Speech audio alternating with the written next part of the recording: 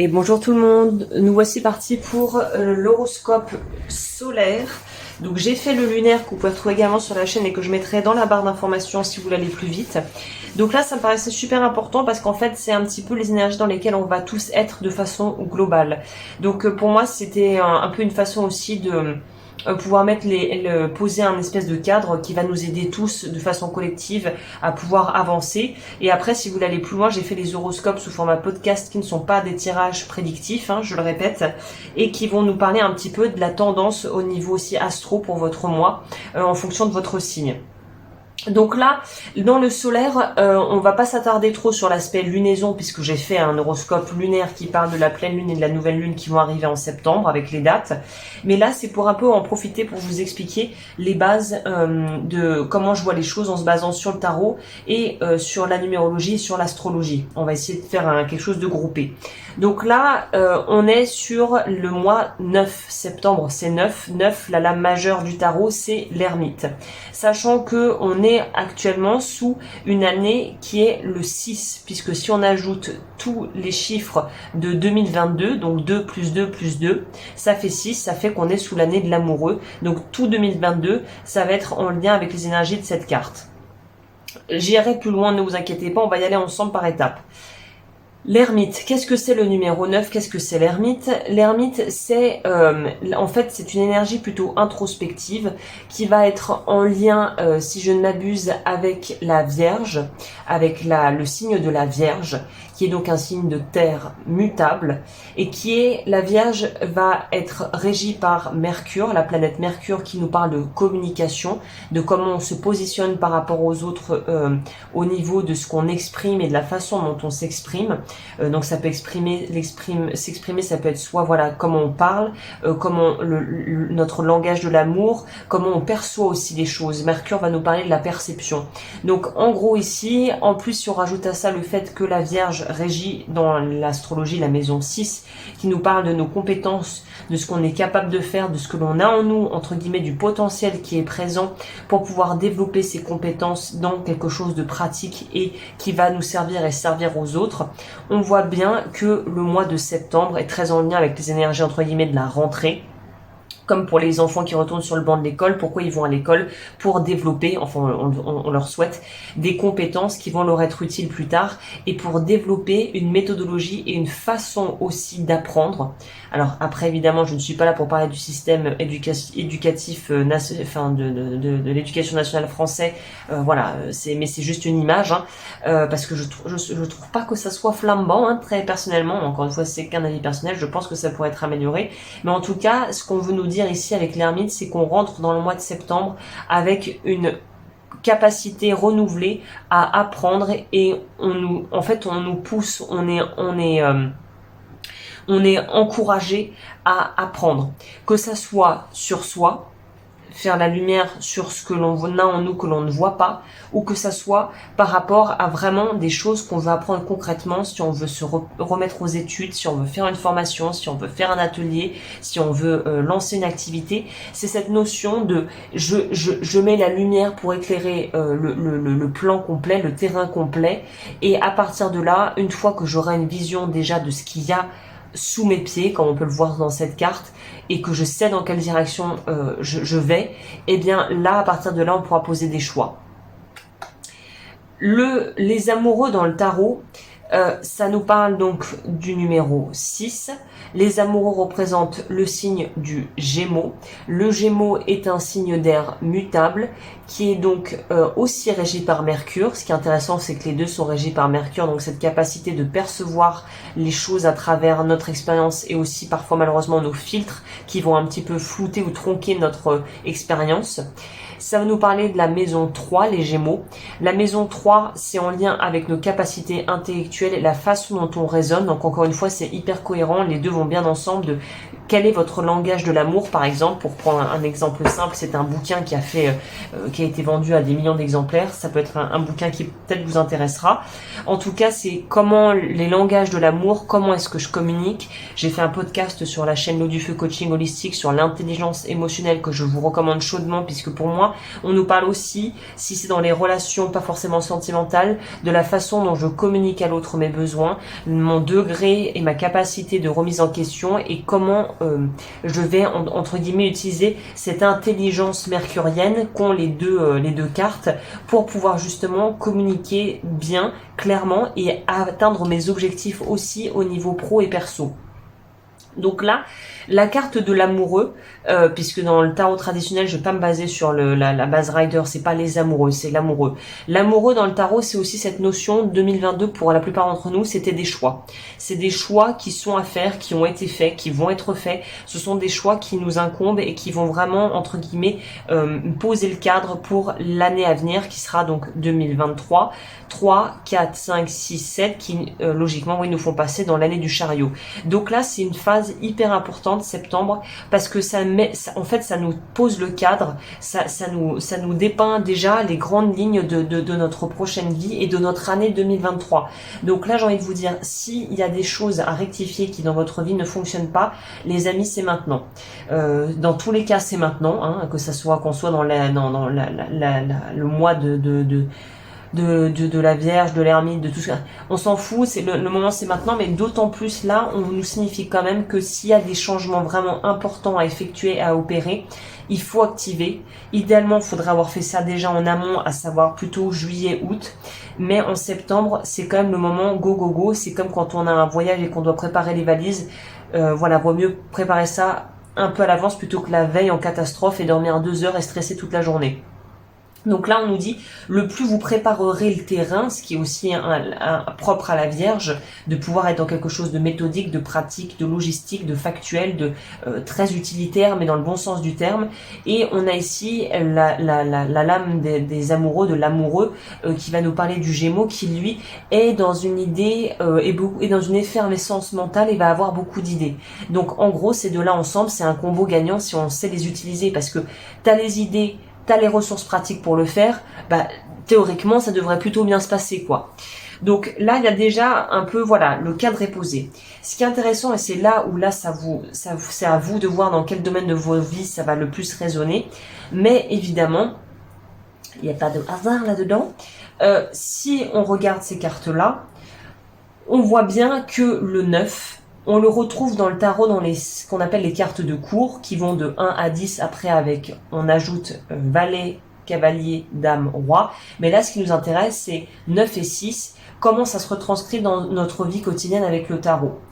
On a le 9 d'épée, le 9 de coupe, le 9 de bâton, le 9 de denier. Les épées va nous parler de notre vie plutôt sur l'aspect mental, la façon dont on va intellectualiser les choses ou dont on va vivre psychologiquement des événements et comment on va les digérer.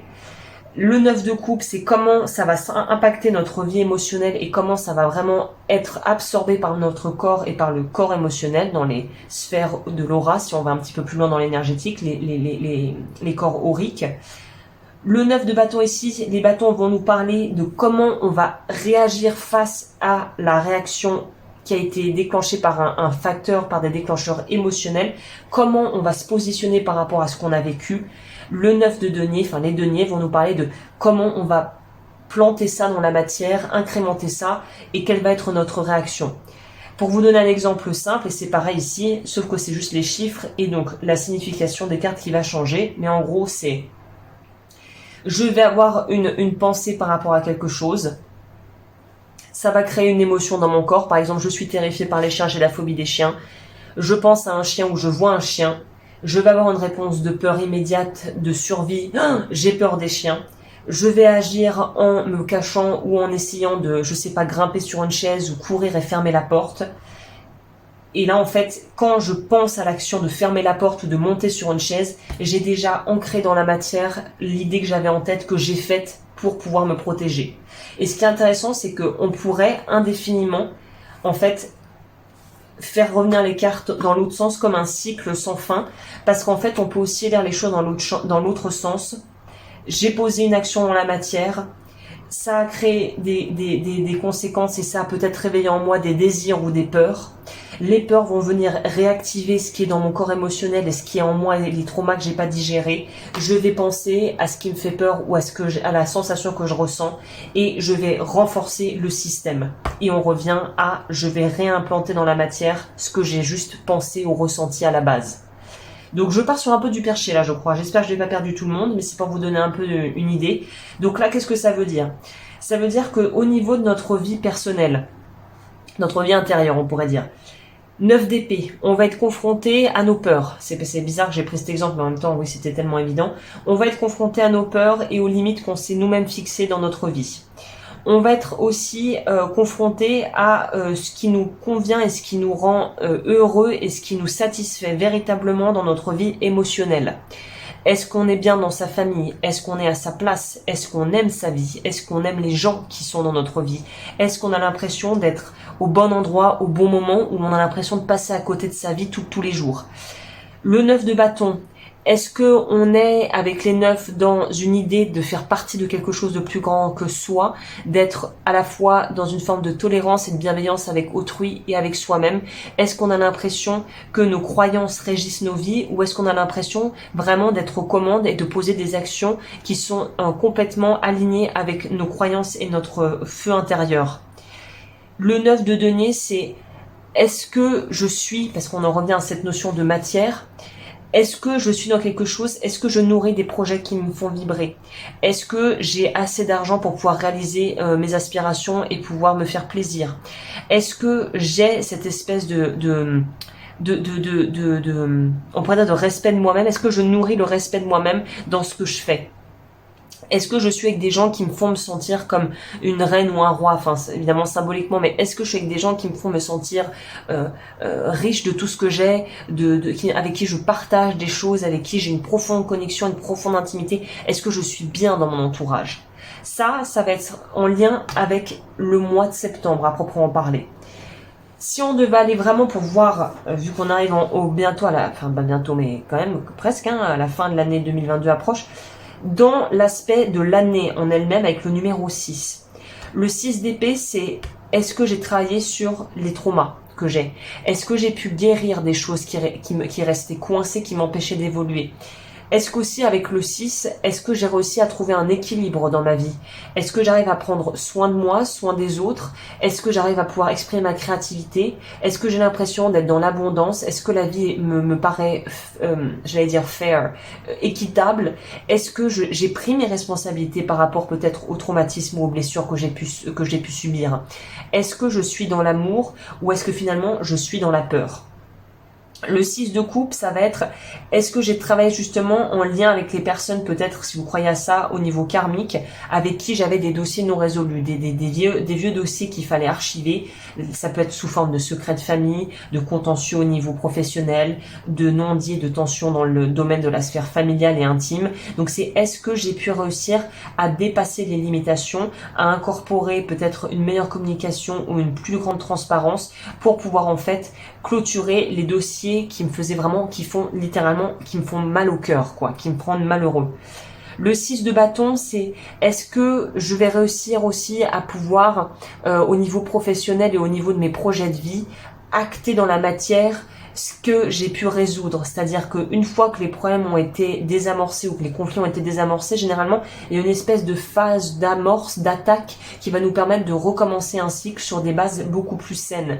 Est-ce que j'ai réussi à faire le nécessaire et à travailler sur ce que j'avais besoin, entre guillemets, de comprendre pour maintenant arriver à un espèce de plateau où je suis reconnue. Un peu, je pense, ça me fait toujours penser, surtout ici, le 6 de bâton avec les feuilles de laurier, c'est un peu comme vous savez, les 12 travaux d'Hercule, il me semble. Est-ce que c'est les 7 ou les 12 travaux? Je sais plus si quelqu'un sait.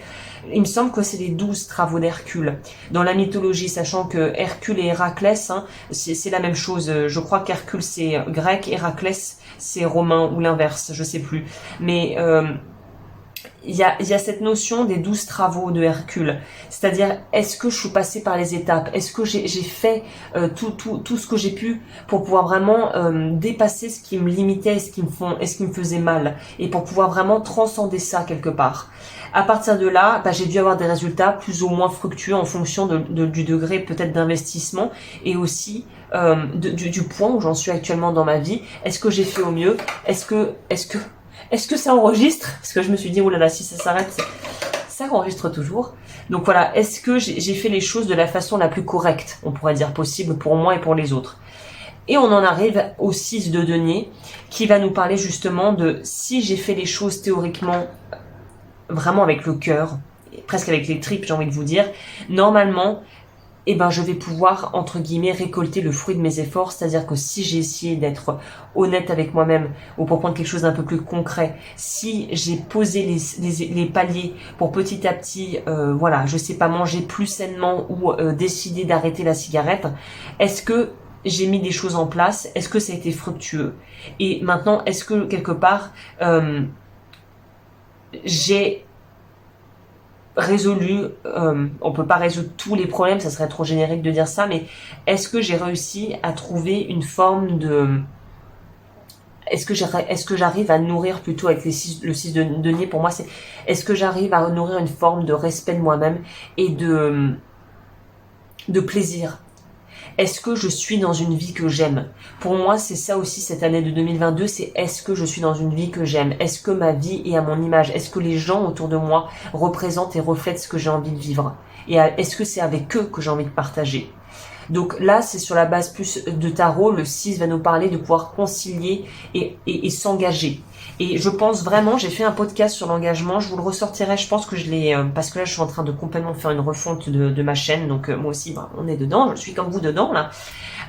Et le podcast sur l'engagement, je vous le mettrai, ou j'essaierai de trouver un moyen pour vous le remettre dans la barre d'infos, parce que c'est est-ce que je suis prêt ou prête à m'engager à 100% dans la vie que je vis actuellement. Et généralement, on n'a pas envie de s'engager, ou on est un peu frileux quand on a l'impression que justement tous les ingrédients ne sont pas réunis. Sauf que les ingrédients ne sont jamais, toutes les planètes ne seront jamais alignées à 100% pour que vous lanciez quelque chose. Et à un moment donné, il faut y aller en fait. Et c'est ça, l'année de l'amoureux, c'était ça, c'est même si j'ai aucune certitude et que j'ai des choix à faire et que parfois aussi je suis un peu engluée entre ce que la tête veut, ce que le cœur veut et ce que les tripes me disent, suivez les tripes. Ça, je vous le dis par expérience, l'intuition, si tu en fait te trompes et que tu crois que c'est de l'intuition, mais en fait c'est juste ton ego et ta peur, le seul truc qui ne trompe jamais, c'est ce qu'on a dans le ventre, très clairement. La tête peut t'emmener en bateau, le cœur pour parfois te faire aussi voir les choses de façon floutée ou de façon non factuelle, de façon on va dire subjective. Les tripes, ce qu'on a dans le bide, ça ne trompe jamais. C'est-à-dire qu'il y a des études qui ont été faites d'ailleurs, le deuxième cerveau c'est l'intestin apparemment. Donc ton ventre, tes tripes ne te tromperont pas. Alors, je finis, puisque là on n'était pas du tout dans du prédictif, puisque je m'éloigne, si vous avez vu la vidéo précédente, du prédictif. Je ne veux plus être dans ce créneau-là. Dans ce credo-là, je veux pouvoir vous aider vraiment là maintenant à pouvoir faire les choses maintenant. Donc, on va aller voir avec notre petit Don Miguel Ruiz quel conseil il peut nous donner. Ça veut parler, ça fait plaisir.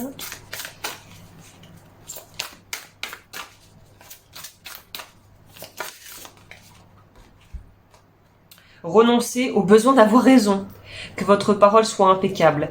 Quand vous croyez à quelque chose, vous estimez avoir raison et vous êtes prêt à détruire une relation pour défendre votre position. Renoncez au besoin de défendre vos opinions. Je vais en prendre une deuxième. Oula, elle s'est retournée toute seule. Bon, bah, si elle s'est retournée, on prend. Ignorez les opinions d'autrui. Quoi qu'il arrive, n'en faites pas une affaire personnelle. Quoi que les gens disent, éprouvent, fassent ou pensent, n'en faites pas une affaire personnelle. Les gens se forgent leur opinion en fonction de leur système de croyance. Quoi qu'ils pensent, cela parle donc d'eux et non de vous. Et moi, je mettrais ça dans ce sens-là. Ça va nous parler de la lame de l'ermite et de notre mois de septembre. Ça va nous parler de l'année en cours. Ok. Bah écoutez, j'espère que ce format que j'essaye, du coup, là c'est prototype, pilote.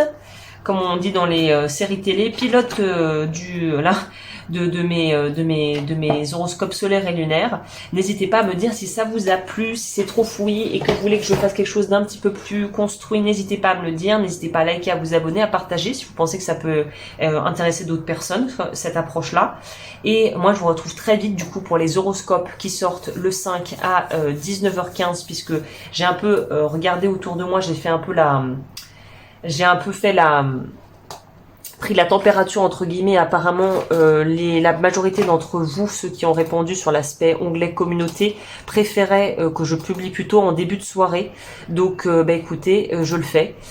Et sur ce, voilà, le 5 à 19h15, les horoscopes sortent. Et moi, je vous retrouve très vite pour de nouvelles vidéos et de nouveaux podcasts sur l'eau du feu coaching holistique. Si vous voulez me retrouver sur Patreon pour les soins vibratoires avec les bols tibétains mensuels, tout sera en barre d'infos. Et là, ça sonne, donc le gong m'appelle. Donc j'y vais. Et je vous remercie d'avoir pris le temps de m'écouter, de passer ce moment avec moi. Et je vous dis à très vite pour de nouvelles vidéos.